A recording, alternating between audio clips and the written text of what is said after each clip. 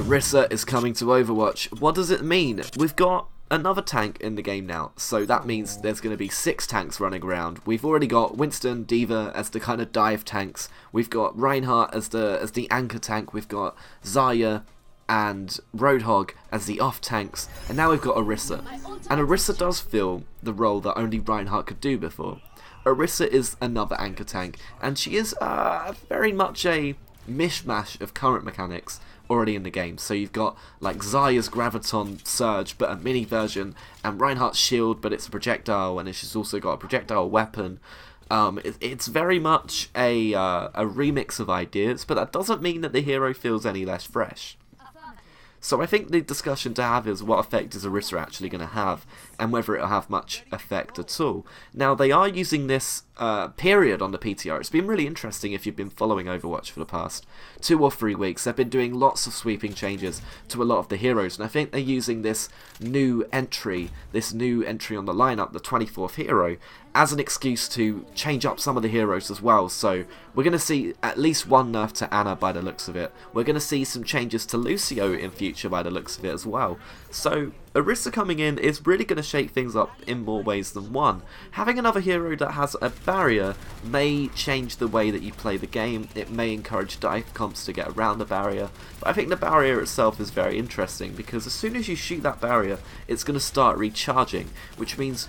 And also the same goes for Winston's shield now as well. So we're going to be seeing a lot of barriers. Imagine a team with Winston, Orisa and Reinhardt. That's actually that's quite terrifying. That's a lot of shields to shoot through. So it may be adapting the meta in a very defensive or kind of tanky way again. We may be going back to that triple tank meta. So what does Orisa actually do? I know I've rambled on for a while.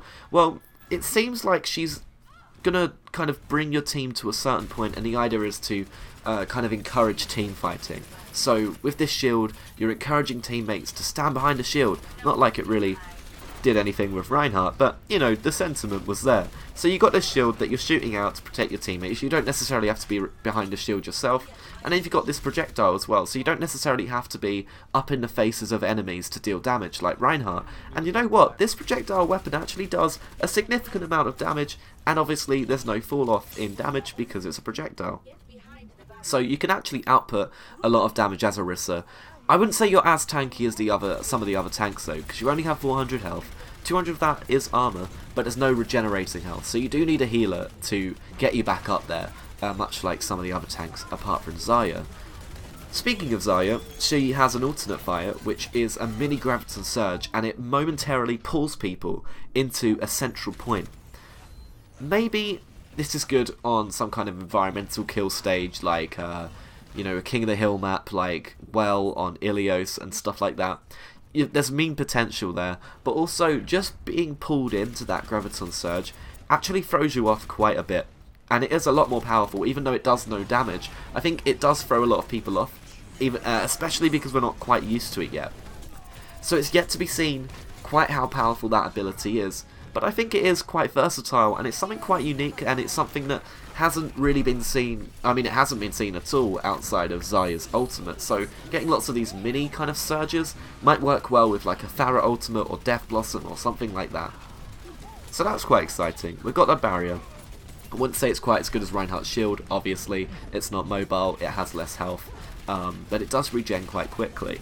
Having both this and Reinhardt's shield on a team might be the way that the meta goes. I don't think this is replacing Reinhardt, but it is making it so that Reinhardt doesn't have to be in every single competitive game. Reinhardt can kind of take a step back if someone fancies playing Orisa. It just kind of gives things a fresh kind of feel. And if we're getting Orisa instead of Reinhardt sometimes, I don't think I'm going to be too upset.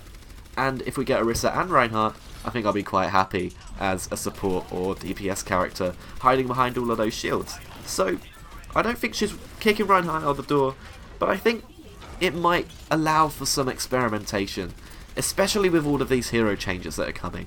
Now, I didn't touch on the bulk up ability, which is where you can basically reduce damage and basically not be affected by any environmental effects. So this means Orisa can walk through an Earth Shatter. She can walk straight out of a Graviton Surge. She doesn't need any of that business. Gravity does not affect Orisa apparently, when you're using your shift ability, I think it is. So that's quite interesting. That could be quite powerful, making sure you stay alive in a graviton surge. But other than that, she's also got her ultimate. It's really weird because a lot of the other tanks have these kind of disruptive ultimates. Winston obviously turns into a massive gorilla and starts punching people all over the place. D.Va zones people out of her ult. Reinhardt and Xayah kind of stun people. But Orisa just powers up your team. Now, I'm not saying that's a bad thing. It seems like Blizzard's starting to experiment with the roles that they've given to the characters in the game. Sombra wasn't necessarily a DPS, she's more like a utility character. Anna is just healing, but also she can stop the enemy team healing completely with her grenade. And now Orisa is a tank, but also she can output quite a bit of damage, and she can power up your team by 50% with her ultimate. So I think they're starting to break away from those 4 categories that they've given themselves in the game, and to me that's quite exciting. And if you really think about it, I mean really, some of the characters don't fit into those categories anyway, so I wouldn't get too hung up on Orisa not necessarily fitting in to the tank role in the traditional sense of the word, like Reinhardt. So just because she's in that tank role doesn't mean she's replacing Reinhardt, just like Sombra doesn't replace Tracer.